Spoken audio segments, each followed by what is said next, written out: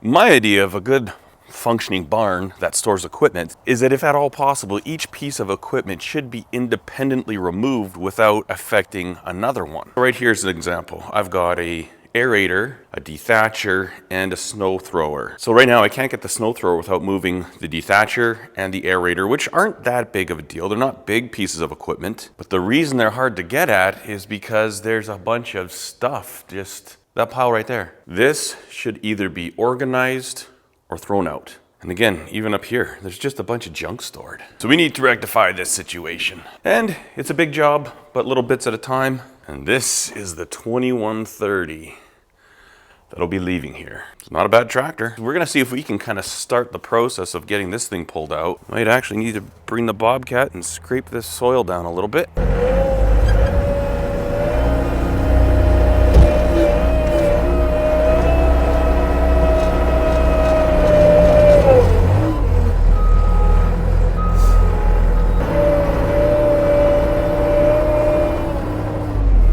That's going to be a lot better.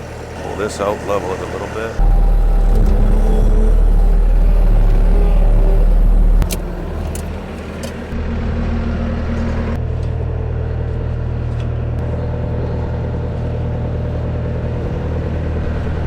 Well, see if this idea works.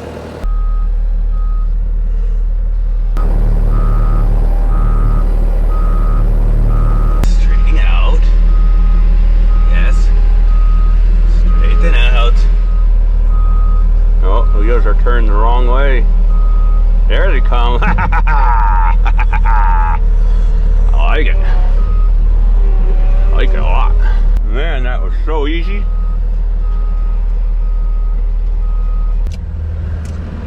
Man, I like it when a plan comes together.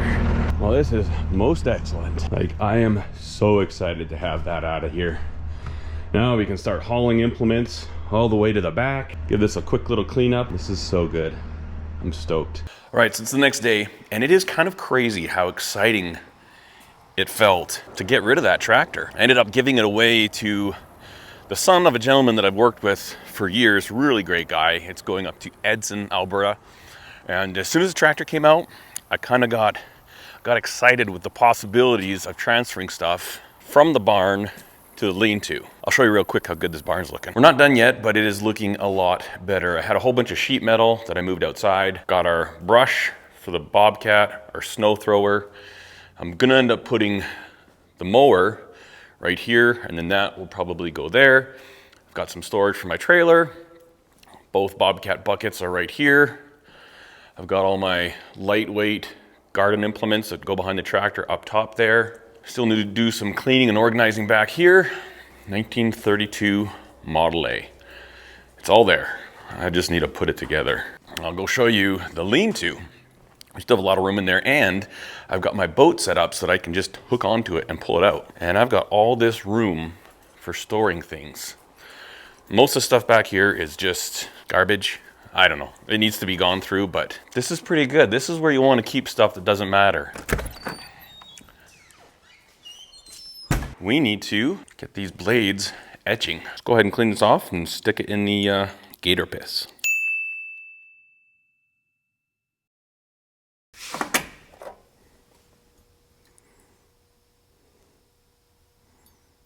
All right, we're gonna leave that there for 5 to 10 minutes, see what it looks like. Ooh, I'm excited. All right, so I ended up doing like an hour in the gator piss. And after that, we did an instant coffee etch. I did the first blade, came out great.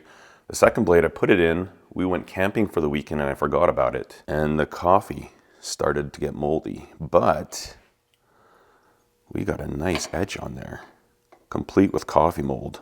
Okay, so I'm gonna hit this with some Windex right away, and then we'll rinse it with water. Oh, get that mold off there. That's disgusting. Wow. As disgusting as that coffee is, I'm really liking that.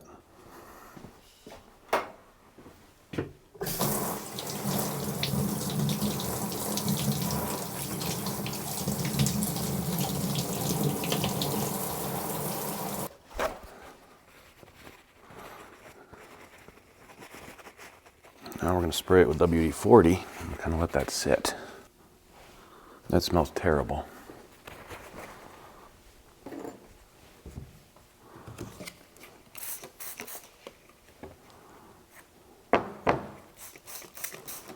Here's the one I did previously. Pretty happy with how that turned out. We're going to spray that one too.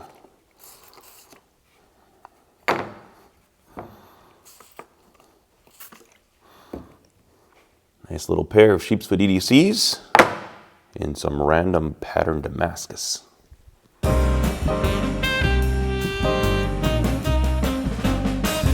So I have been trying my level best to get a good etch on these knives. Some folks say that after you're done with the coffee, use a sunshine cloth, and I actually found that that discolored it. So I had to wipe that all off, but I'm just not getting a super amazing, consistent etch. Let me see if this shows up. I don't know, maybe I'm just being too critical, or is that good enough? I don't know. I guess that's not so bad. Different lighting, it looks different too. Actually, you know what? When I look on the camera here, with this light, you know what? Let me go outside and see what it looks like. Certain lighting in the shop, it looks really cloudy. But let's see what it looks like outside. Hi, little kitty. I don't know if this is really doing much, but there's certain spots that look like they could just be a little darker. I guess that's pretty hard to judge too. Very harsh light. I don't know. I don't know. Sometimes maybe I'm being a little too self-critical, but at the same time, I mean, I want to do the best possible knife that I can. There's certain parts. Let me see if I can get this to work. See, I feel like I could photograph this and it'd be like, oh, totally sweet, but I'm telling you, there's little discrepancies in the darkness. And say if we've got a black spot here, a dark spot, right in the center of that is a little lighter than on the outside of it. Tell ya, Damascus is a whole different squirrely bird. I like it, I enjoy it, but you know, these other wars would be done. This would be a finished knife. And it'll probably go out like this. This one's pretty good.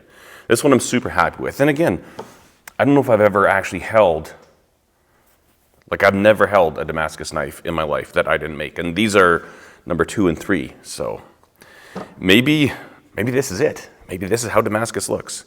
You know what? If you have any insights, any inputs, or am I just, again, it's hard to tell over the camera if I'm just being too critical, but anyways, pretty excited to get these done. Really like these knives.